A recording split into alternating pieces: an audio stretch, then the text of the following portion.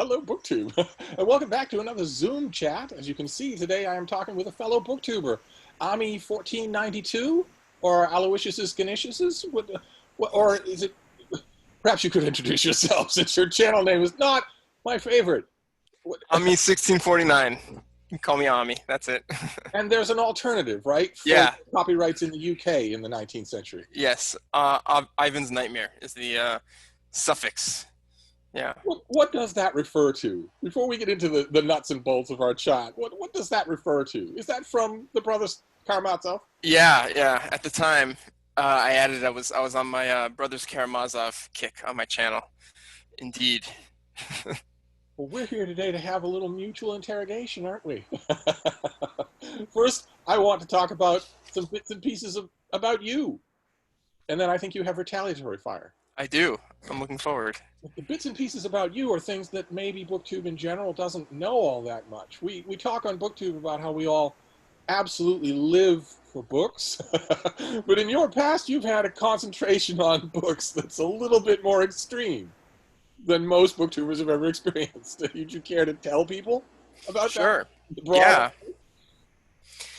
Sure. So one of the most important, I would say, experiences of my life was that after high school, I spent 2 years studying in a yeshiva in Israel, which is to say an environment that was like totally cut off from current events, from like surrounding society. And I studied Talmud full time. And what I mean by like full time is, waking up very early in the morning until studying very late at night. Just that. Just Talmud. Cut off from the rest of the world. Very much so. No internet connection except maybe on weekends or something. How much was this study guided? Quite a bit guided? It was guided. It's the guiding. There were teachers. There's a high ratio of teachers to students. So basically, most people are assigned to a class. There's different classes, and I would say about 90% of your time is in self-study, because we're talking about a whole day worth of time here. What does that mean, self-study? So it's in YouTube term, that means staring at yourself all day long because you're so beautiful. But I have a feeling it means something different in yeshiva terms. It does, yeah. So it's reading on your own. It does. It takes place in a big library, a massive library with high ceilings, and everyone has their own library around them, and they're in desks.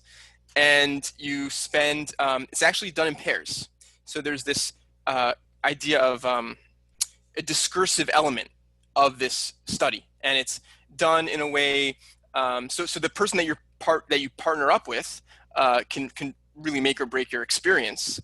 Hopefully, you hope to find someone you're sort of on the same wavelength, and you're sort of operate in a way which is symbiotic. And there's an element of debate to it. There's an element of trying to tear down what the other person is trying to construct. And so that's an absolutely ancient element, right, of Jewish education and epistemology. That's absolutely ancient, right? Yeah. Hard to imagine this kind of thing without that. Indeed.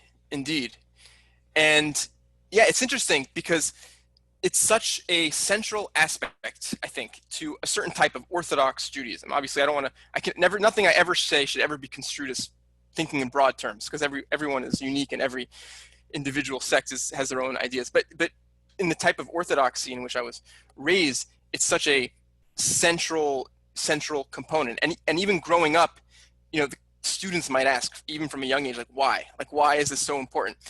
And we never really got a good answer to that. Who knows why? It just is. You know what I'm saying? It's like just taken for granted in a way.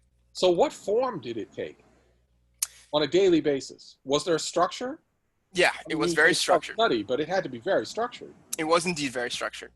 So you're thinking of waking up early in the morning. It's a very beautiful campus. It's idyllic.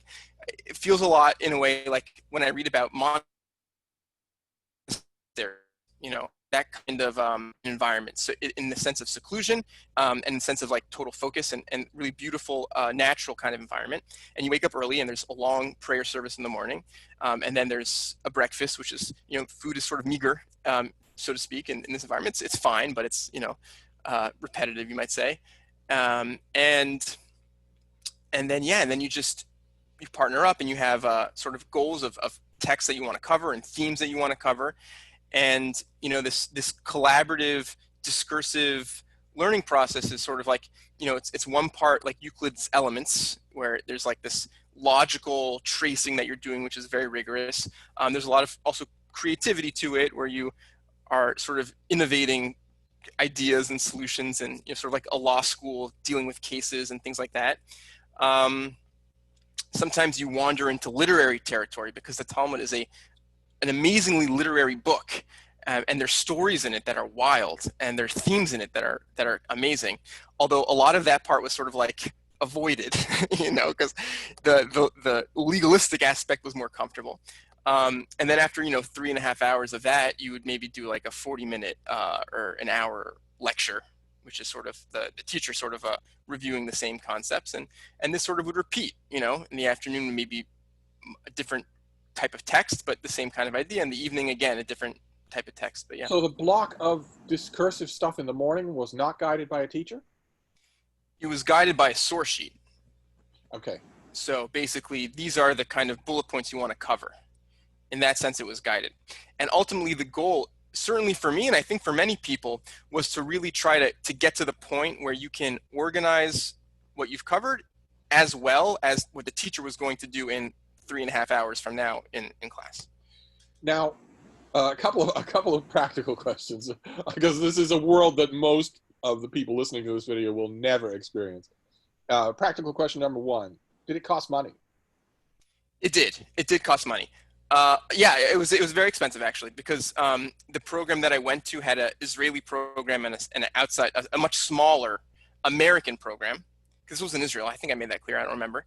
And it was mostly funded by the American program, because the assumption is that they're gonna, infuse the money. Yeah, it was expensive. Yeah. Okay. And question number two: is this experience open to Gentiles?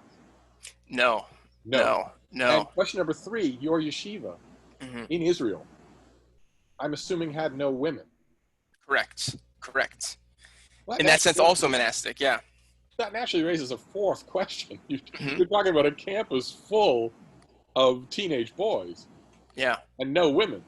Yes. So were there ever discipline problems? Well, you make it sound, in monasteries, the element that's sometimes brushed out of the popular picture, were the discipline problems? For sure. So this, again, different institutions deal with these issues in different ways. I went to a unique institution where the students are given freedoms, and if they want to leave and not even attend, they had that freedom. And so one of the paradoxes for me was I had like infinite freedom in a way. I could have done whatever I wanted, but I had like a kind of peer pressure, which curtailed sort of all freedom in a way, which is interesting. But yeah, in terms of sexuality is very repressed in this all-male environment. It feels like a very like asexual kind of environment. But of course, there's stories. So-and-so had a girl or had a guy or whatever. All sorts of But I wasn't so interested in that. If I went back, I probably would be more interested in that now. In the course of your study, did it become obvious to you that some students were much better at that sort of thing than others? Absolutely. You mentioned that the partnering is key, but even with partnering, it must have been obvious that some people were natural Talmud scholars. For sure. I mean, if there is such a thing. Is there such a thing? I don't know. Yeah, in the way you would have like legalistic minds, or mathematical minds. It's obviously not the same thing, but for sure. And there's also a language, Barry. I said like 1 point Euclid's Elements, like 1 point, law school, but there's like a third element, which is like just language, like learning ancient Aramaic. Yeah. Aramaic or even Hebrew. Did you go armed with Hebrew? So, not really. But some of the young men there had Hebrew and Aramaic? Yeah, I mean, again, in my culture, the way I was raised to prepare me for this experience. I was raised in schools that taught me Hebrew and taught me Aramaic and taught me Talmud, all along from a very young age. So it wasn't like I was just thrown in out of nowhere. Right. But indeed, yeah. So people drop out, in a way, and dropping out often means when you're this young and you're this free, just not attending. A lot of people just wouldn't attend anymore. They would, go into the city and do whatever they wanted, because that freedom was afforded to you. but I was able, because of my background, because of my experience, and you might say because of my intellect or whatever, to really excel in this environment, and to get very, very good at these texts and this process, and So so you did. Wow. yeah, totally. And what form did that take? Well, it took the form of minimizing sleep as much as possible. On the one hand, like absolutely minimizing, you get like a 2-hour break during the day. That I just napped, I crashed out, passed out, and because I was up so late and up so early, not so healthy. Um, what else did it take? I mean, it took the form of really enjoying my experience, and I think just immersing myself in books for 2 full years. What was that like to start with? You were probably an ardent reader before, right? But Yes and there's no. a radical difference between being an ardent reader and the kind of submersion you're talking about. Yeah. Yes and no. I would say I was an ardent reader. Certainly, relatively speaking, I was raised in a family where education was extremely important, including secular education and books. I was from a young age given a lot of books to read. So I would say that. Um, yeah, I would say that this kind of experience only really makes sense and is possible when it's totally cut off from the rest of the world in a way. Because like if you have access to distractions, it's almost impossible to motivate yourself, I think, Oh, to really? find the zeal. I think so. It's much harder, at least. It's certainly people, I'm sure, do it. I'm sure lots of people do it. But it's just, for me, it required a total kind of being cut off, I think, to make it work, if that makes sense. Would it work now? Can you even People, imagine having such an experience now? Are such experiences open to people who are older? yeah, it You can do it, depends. right? You can still go to yeshiva. Yeah, I would say yes. I would say yes. Like, here's a hypothetical. Let's say in a parallel horrific universe, I lost everything. Let's say, and I had nothing. Could I throw myself back into that world? As an escape. Let's say. I think yeah. I think you can. It's an option people have to escape into that. Do people do it? Do Oh, older for sure. people do it? Yeah, Yes, yeah, they do. absolutely. Yeah, yeah. Now, there's a question that comes up. It comes up in my mind. I don't know if anybody else is thinking along these lines, but I have to ask it because you have the firsthand experience, and you have then left that experience and entered into the real world. Israel, as a state, is surrounded by states that don't very much like it, and therefore, in that area of the world, anti-Israel thinking and even propaganda is extremely widespread. And I bet you must know what some of that propaganda says about these kind of schools. It says they're madrasas. It says they're terrorist training camps. It says that all of that centered study on Talmud actually has an ulterior motive. Mm. And Well, I don't believe any of that, of course, but I'm wondering, was there any ulterior motive of a different kind, perhaps to create rabbis? it's a very interesting question. So Were your professors ever thinking about the students becoming more than just versed in this immersive reading? Was that ever part of it? it's a very complicated question. It's a very complicated question. Well, you're Uh, one of our deep booktubers, so I figured I'd bring out the complicated stuff. Those of you who are watching, he's one of those deep booktubers. You should watch it. I'll leave a link to his channel down below, but it's not razzmatazz and borscht belt humor like you would get on my channel. It's much deeper stuff. But feel free to elaborate. That had to okay. have crossed your mind when you were there, right? Also a complicated question. I was there at very politically charged and turbulent times. When I was there, there's a disengagement from Gaza, which was very controversial in Israel. Because obviously there's a split between a very large hard right kind of faction and a left leaning faction within Israel. It almost split the country apart. That move, and what happened? Yeah, a weird thing, Steve. In my upbringing, in my experience, all these years of school, through the yeshiva experience, I feel like I was very much kept ignorant about Israeli politics and like the complexities and the nuances. And even in that environment, I felt like no one made any effort to sort of explain to us what was going on.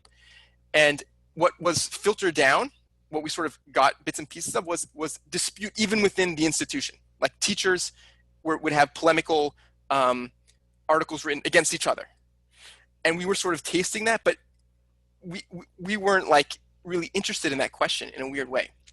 Now, just to jump to the other question you asked really quick, a little bit earlier, about whether or not the Talmud has an agenda in and of itself, I would think that some of the most austere and complete yeshivas that are the most right-wing are also anti-Zionistic in a lot of ways. So there's no clear correlation there. But at the same time, yeah, there was an implicit political message of the school, even if it was nuanced and complex and there was diversity, and it was a Zionistic message. And now, how would you describe that? For viewers who might not know what you're talking about, how would you describe that? How would you break that message down? The Zionistic message, which again was refracted through different lenses and through different perspectives and had a spectrum of formulations, was ultimately that the Jewish people belong within a set of borders, which different people might argue exactly how wide or small we're talking, and we will fight to the death to maintain sovereignty and potentially even hegemony in that area. And you, a minute ago, you mentioned any of these political considerations. When you were talking about that, you phrased it two different ways. In one way, you said that some of it filtered down, and in another point, you said that it was kept from you. So, what was the administration's view? Was there an intentional effort on their part to just make this disembodied study? I think in that environment, politics is considered very like base, like very, for yeah, weak minds, people that deal with these things, and the institution that I went to was, relatively speaking, left-leaning. Okay. And so it was unique in the sense that in addition to more right-wing voices, there were also left-wing voices. And I think that was unique. And I without conscious full understanding of what was going on and what I was understanding, I was imbibing left-wing ideas. And you say that in the environment that you were in, explicit wrangling about political agendas like that would have been considered base. Right. But the implication is that what you were concentrating on 9 hours a day, 10 hours a day, 12 hours a day was not base. Correct. Did you connect with that sort of thing, with what you felt was a deeper profundity in the text you were reading? Did it open your mind in the ways that I'm sure were the primary goal of this and every other yeshiva? I'm sure that was the primary goal, was to open your mind, to deepen your mind. Very complicated question. In some ways, yes. In some ways, no. So I do believe that almost any video I make on my channel, I'm pulling from reservoirs of tracing themes, of thinking about images and thinking about motifs, and organizing concepts that I've learned in those 2 years. So you learned those techniques, those muscles of yours were built there. Yes. But what about the texts themselves? So I would say mind-blowing to study. It's just mind-blowing to study. Yeah. It must have happened to you. Indeed. So I would say that most of our focus was on a very dry legalistic discourse that didn't really connect with me after my experience, in which I was sort of so immersed in it that that's all I knew in a way. But a significant percentage of what we addressed was really literary, was these fanciful, amazing stories that were incredibly audacious and layered and intentionally, prismatic and intentionally distorted over time and over retellings. And they were wonderful. And they sort of merge into the legalistic discourse in creative, fascinating ways. And that, I think, has absolutely stayed with me. And I've only deepened my appreciation for that element of the text over time. So when you left, immediately, not long-term, but right after you left, when you came back home, what were the most pronounced differences? Did you feel like a changed person?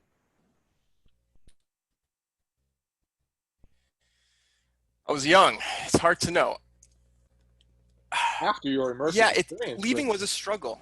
Yeah. Studying, the version of studying you encountered when you came back had to seem pretty weak. It did. Yeah, it really did. It did. the answer to that question is yes. You know, and leaving and reacclimating to a different environment was a struggle. And I assumed that I would have taken more, um, yeah, figuring out the path I wanted to trace after that experience was an ongoing struggle. But did it help you? Ultimately, you look back on it well. I do. I look back on it well, but I look back on it as a very fraught kind of thing. And that I know that for every positive experience, there's also negative experiences. So I don't see that as being a universally positive experience, if that makes sense. What were the negatives? I mean, well, the most obvious negative I think is if you just don't take to the learning, you know, take to the environment, Oh, and right. you're Doesn't lucky, work. right? Yeah, I mean, in my particular institution, you were lucky enough to have freedoms, but in many institutions, you're basically, you know, Imprisoned. not. Yeah, yeah, exactly. You know, totally. So that's very dark if you think about that. Yeah. So I mean, so Yeah, those are imagine other getting three considerations. weeks into that kind of a program and realizing I don't want to do any of this. And you say you go to your leaders and say I don't want to do any of this, and they say too bad, you're staying. If you Yeah, don't want to study, you can do manual labor. yeah. I'm sure that's happened to a lot of people. Uh, but you're saying that that even long term after the fact, it works on your reading. Like Yeah. recently on your channel, you did a deep dive, so to speak, on Moby Dick's right there behind you. You could sense echoes. You could feel echoes of those muscles. Yeah, definitely. So you say that the experience was fraught and that it had positives and negatives. I'm kind of wondering where that coin, which side that coin actually comes down on. And I guess the easiest and most dramatic way to get the answer to that question is, would you send your own son? I don't know. I don't know. Come now. There are no I don't knows on Steve's Zoom chats.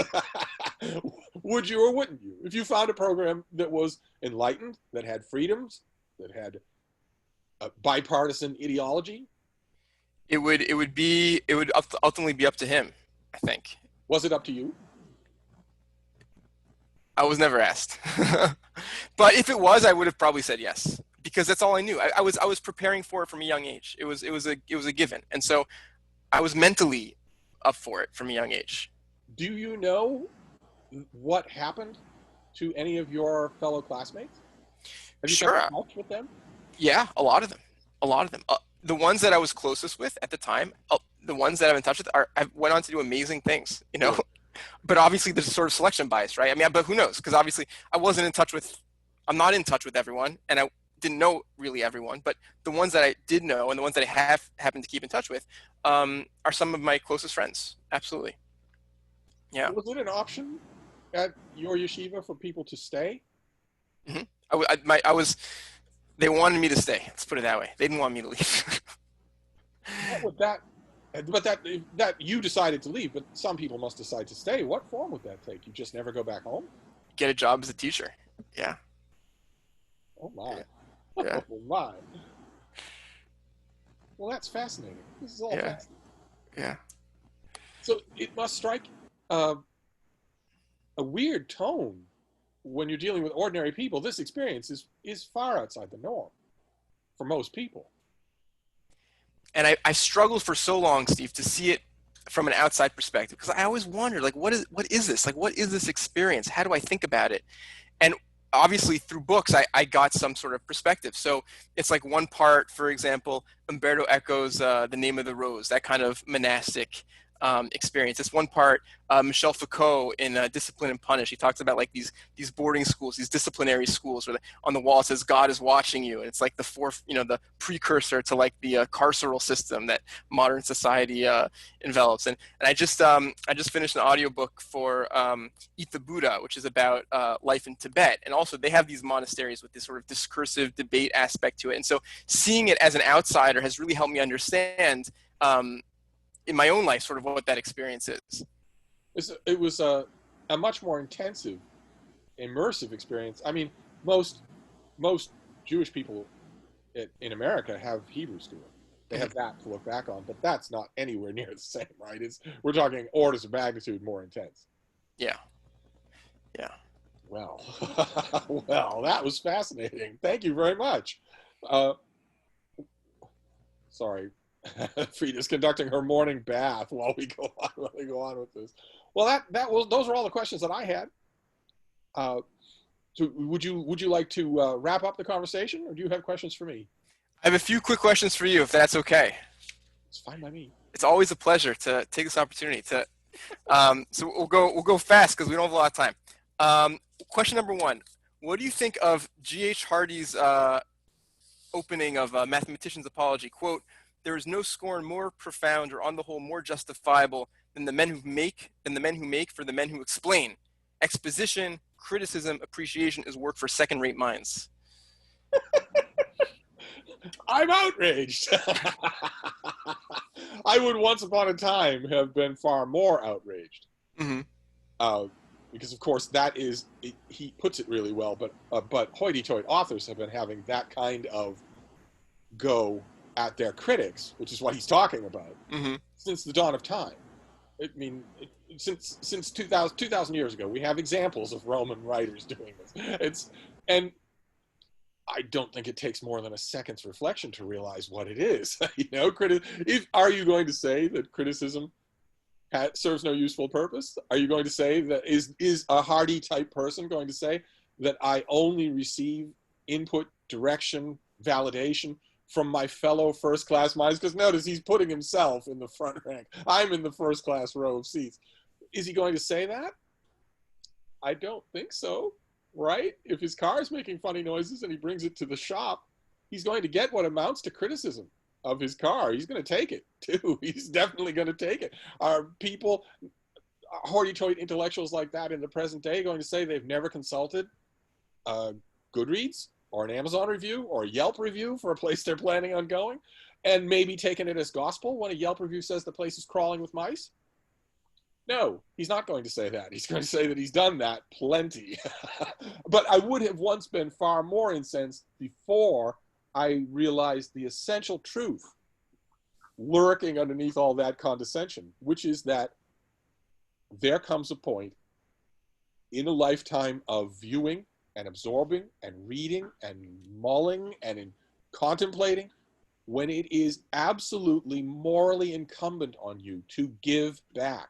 There comes a point when you must produce something of your own. I can't stand the cultural marxism that says, well, some people are creative and some people aren't. I can't stand that. The ability has never been easier. You can right now on your phone in 2020 compose a document, edit it, refine it, and publish it in 15 minutes, no matter where you are.